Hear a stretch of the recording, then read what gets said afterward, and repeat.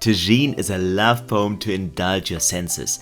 Tender lamb, elegant spices and the gentle sweetness of dates come together in a dish that you simply have to cook for your family and friends. Hey guys, welcome to Crush of Spices. Lamb tagine will charm your taste buds. The ingredient list is comparatively short and the preparation really straightforward. And although the name might suggest otherwise, you can easily prepare it at home without a tagine. You can either prepare the dish with a combination of lamb shoulder and lamb shanks cut into cubes, or you do as we do today and you prepare whole lamb shanks. They will be an absolute eye-catcher on your table. Either way, the preparation is the same. You properly season your meat with salt and bring it up to room temperature.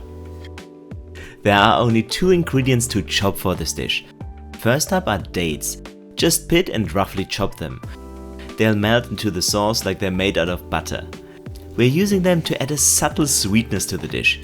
We just bought regular supermarket dates, no need for expensive varieties like Mishdul. If you want to be done even faster, use your kitchen machine or a nicer dicer. Also, grab a couple of onions, red ones if you have them. Their natural sweetness pairs beautifully with the dates. Finely chop them, they'll help to thicken your sauce. And that's pretty much it for the chopping board segment.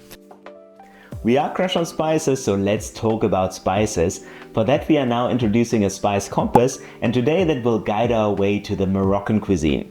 The Moroccan cuisine also works with a lot of different spices. In comparison to the Indian cuisine, they are less hot and more sweet in nature, and one of the most famous spice blends is Ras El Hanout. That literally translates to the head of the shop or the top shelf spices, so the very best the shop has to offer. On the bazaars you will find true masters that combine up to 40, even 100 spices to their own personal spice blend. Here in Germany you will be hard pressed to find a spice blend this complex. Instead, start with a basic Ras El Hanout mix and pimp it. Buy a blend with at least 15 spices, but make sure that the main ingredients are not only paprika and turmeric. Typical spices are cinnamon, cardamom, coriander and cumin. For a sweet tagine dish like we are preparing today, you can combine different pepper varieties to balance the sweet with a bit of heat. Floral notes are also often used, for example rose, saffron or lavender. Just check which spices best complement your Ras El Hanout. You can use the spice blend for a variety of North African recipes like couscous, tagines, one pots or braised dishes. The traditional way is to prepare this dish in the tagine. It has a conical lid shape which allows the evaporated water to constantly drip back on the meat, making it especially tender. We don't have a tagine at home, so we use a modern pot with a lid that completely closes off the pot so no water can evaporate, and that keeps our meat nice and juicy.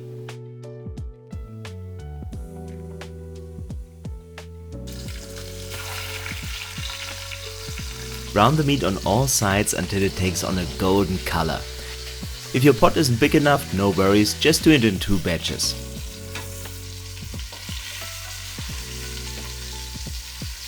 Once browned, take it out and set it aside for later.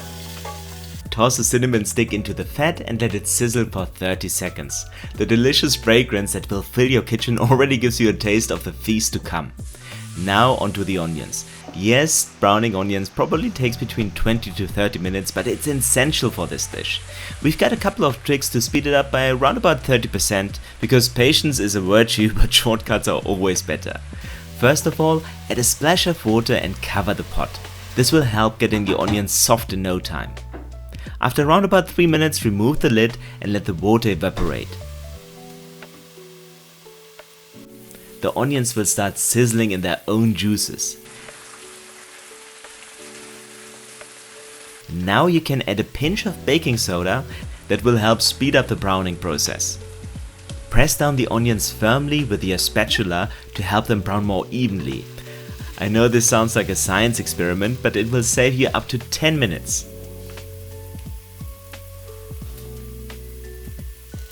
Now that the onions are golden, add tomato paste and your Ras El Hanout mix. Saute for around about 1 minute until fragrant and add a splash of water if needed. Don't let it burn. Time for the chopped dates. Stir them in and top it all with vegetable broth. Then gently put the lamb into the pot and nestle it in like it's taking a spa day. The secret to a perfect lamb tagine: low and slow cooking. Let the meat simmer gently so it turns melt in your mouth tender and soaks up every spice. And the best part, you only need to be actively cooking for about 30 minutes. After that, the pot does all the work. The lamb tagine now slowly simmers for up to 2 hours. In the meantime, you can make yourself a chai and we'll prepare a nice side dish that goes perfectly with the lamb tagine. We are pairing the tagine with some golden millet. Toast it in a little bit of oil until it's shiny, then add veggie broth infused with saffron and turmeric. Add salt and chopped green beans, bring it all to a boil, then reduce the heat, we are at 1 out of 9, and let it steam for 10 minutes. Stir in chopped parsley and let it rest for another 5 to 10 minutes. The result? Fluffy, aromatic, golden goodness. Let's take a look at our lamb. If you like, you can baste it from time to time. After 1 hour, we turn the lamb shanks over. After the lamb is done cooking, we put the meat aside and let it rest in the oven for 10 minutes. In the meantime, we reduce the sauce and mash in the dates for a creamy consistency.